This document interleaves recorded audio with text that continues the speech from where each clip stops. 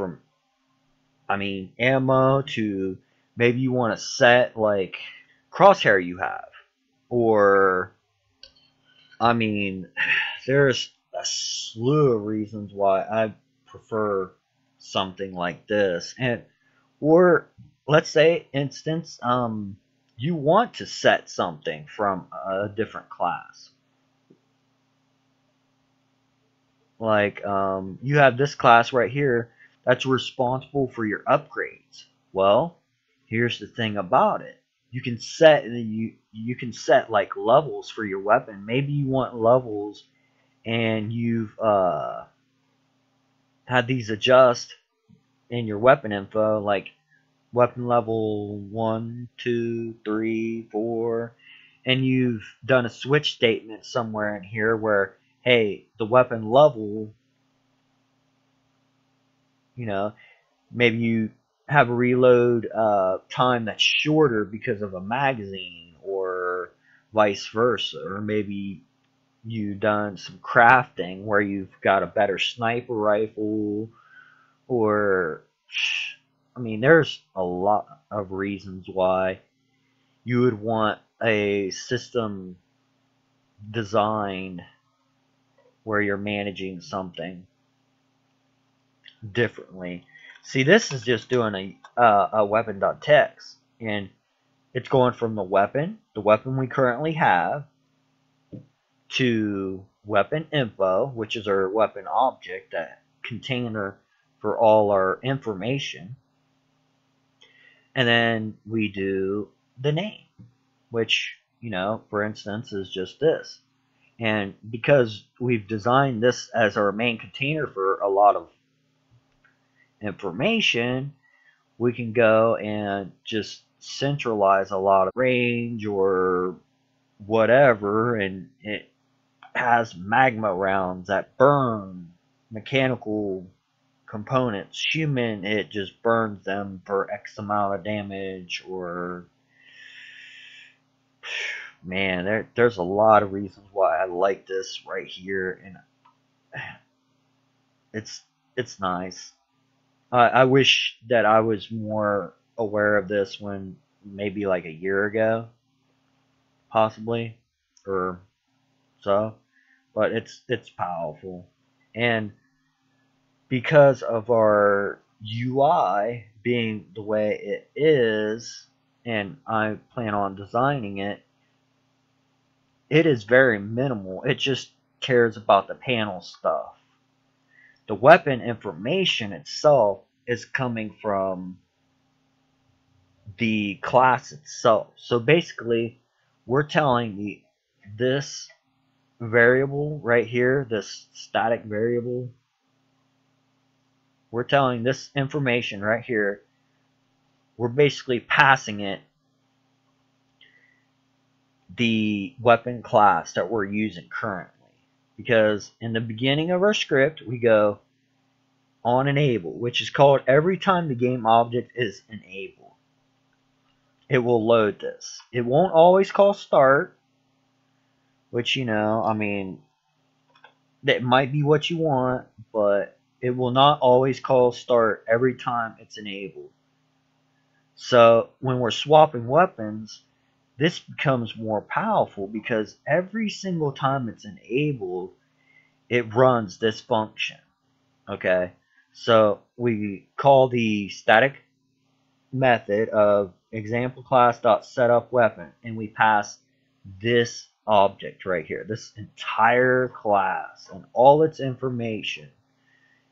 And then in our update feature, which you can put this in any type of different variety of things, in the update, I just put it here so that it will automatically update right off the bat. But you can put this in fire, or the enable feature, you can also pass it an update at one time, so that way you don't have to do this. And you can also pass it into here, okay? Because here's the thing, when you enable a weapon, you can automatically shoot, okay? But then it kills it out, okay? Because you can't shoot no more. So it's not going to have to update the UI anymore.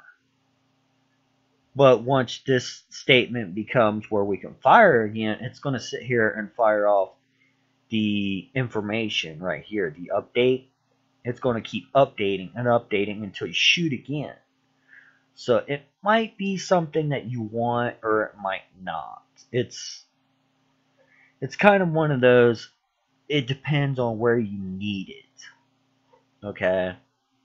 Which, updating this kind of information, it's just a text thing. You could always do some form of delay in here, but it's a really quick call. It's just a text object. I don't think it's going to be super optimized anyway for just that.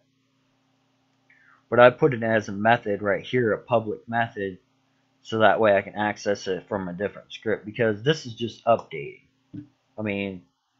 You can't set anything. You can't set the name or anything else by calling this function. So when you're sitting here doing update UI, you can't do anything with it besides just tell it to update it. But because we're passing this class into the example class, we can just directly access all the information from this script. We can set this script up to do everything that we need. Instead of, because this script right here is relatively small. It's easy to work with. But this one, look at it. It's already like, without my experimental stuff that I'm doing, it's 300 some lines, give or take. You can get your comments, and yeah, you could shorten this up probably quite a bit if you really wanted to, maybe. But yeah, it's about 300 some lines versus in this class, where here's the thing: if you wanted to change this thing in your weapon class, the benefit is exactly this. You only have to change a few lines of code. The enable and the updation of your UI. Very minimal. Where if you didn't do this, you would have like a reference for bullets, reference for grenades, reference for this. You would have a big old method just for updating the UI, telling it, hey, I shot a bullet, subtract a 1, pass it a value, pass it this, pass it that. Yeah, I'm very happy with just doing this and telling this class to update the elements instead of the other way, which, and that's another thing. This class, if you're wanting to use the OnGUI, this is all the code right here. Look at this. Begin horizontal, vertical, this. And then if you want spacing, placing, this, ugh. Just to do this little bit of stuff for 2 objects and stuff and call a method on buttons, this is how much code you need. That's insanely a lot. It's easy, but come on. It's kind of get the class, set it up, update. 3 lines.